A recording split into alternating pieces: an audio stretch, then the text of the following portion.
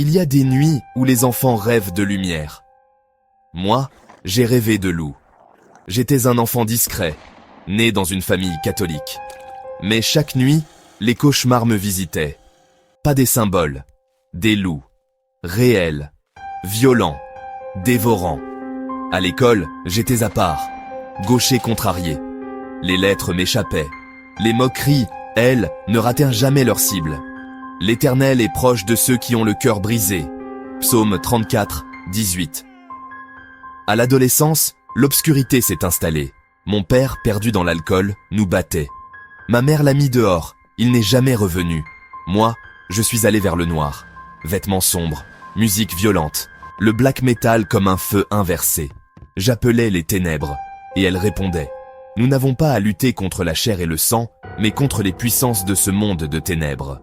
Éphésiens 6, 12. J'ai aimé. Mais chez moi, l'amour était déjà blessé. Elle m'a trahi. Et j'ai explosé. Je me brûlais au travail. Je partais drogué, en rage, en honte. Je voulais faire mal.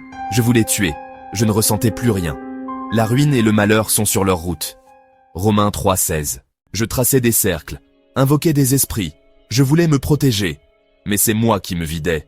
Je n'étais plus un homme, juste une coquille, un zombie. Mon frère m'a ouvert le crâne un jour. Je n'ai rien senti. Le cœur est tortueux par-dessus tout. Jérémie 17, 9. Un soir, devant mon écran, j'ai entendu une voix. Maintenant, il faut te convertir. J'ai tout essayé. Le Coran, le yoga, la sorcellerie, mais cette voix était différente. J'ai tapé chrétien sur Google. Je suis tombé sur Top Chrétien. J'ai fait la prière du salut. Et là, j'ai ressenti un souffle. Je me suis laissé trouver par ceux qui ne me cherchaient pas. Ésaïe 65, 1. J'ai commandé une Bible. Mais dès que je l'ouvrais, je vomissais. J'ai appelé un prêtre. Il m'a dit « Vous êtes complètement cinglé. » Mais un autre a accepté de me confesser. Et pendant qu'il priait, j'ai vu un homme derrière lui. Ce n'était pas un homme. C'était Jésus. Et après cette confession, une paix immense m'a envahi. Mais au fond, quelque chose résistait. Une conviction silencieuse. Tout n'était pas encore réglé. J'ai appelé un pasteur. Il m'a dit « Tu as besoin de délivrance. » Je suis allé à l'église. Je n'ai pas pu entrer.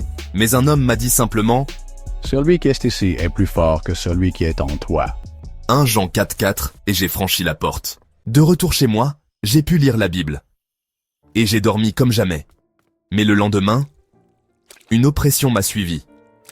J'ai appelé une autre église. Un jeune homme, Charlie, a prié pour moi. Mon corps tremblait. Je transpirais. Des forces me retenaient. Et soudain, j'ai vu une lumière, blanche. Elle venait, repartait. Puis elle est restée. « Charlie, je vois un grand truc blanc. » C'est le Saint-Esprit. Il a raccroché. J'étais seul. Mais ce soir-là, le Saint-Esprit est entré en moi. Là où est l'Esprit du Seigneur, là est la liberté. 2 Corinthiens 3, 17. Seul, face à la lumière, quelque chose s'est ouvert. Ce n'était pas une sensation, c'était une rencontre. Je me suis retrouvé devant Dieu, et il m'a parlé.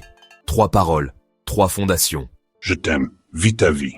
Je veux que ma loi soit sur la terre. Je lui ai dit, fais de moi un Paul ou un Job. Et Dieu a répondu, Qu'il en soit ainsi.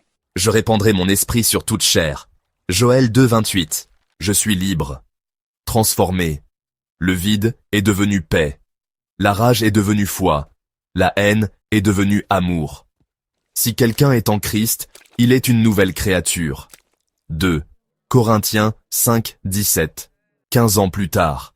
Cela fait 15 ans que je marche avec lui. 15 ans de grâce. 15 ans d'évangélisation. Et un jour, alors que j'écrivais un message pour notre mission, je l'ai entendu à nouveau. Sa voix. Claire. Identique. Et tout s'est ébranlé. Autour de moi. En moi. Chaque cellule de mon corps le reconnaissait. C'était lui. Encore. Toujours. Ce n'est pas de la religion. C'est une relation. Une réalité vivante. Et toi? Ce n'est pas un conte. C'est ma vie. Ce n'est pas une morale. C'est une délivrance. Et ce Dieu qui m'a dit « Je t'aime » peut te le dire à toi aussi. pas dans un dogme, mais dans un souffle, dans une lumière, dans un appel. Il t'attend. Et il est réel.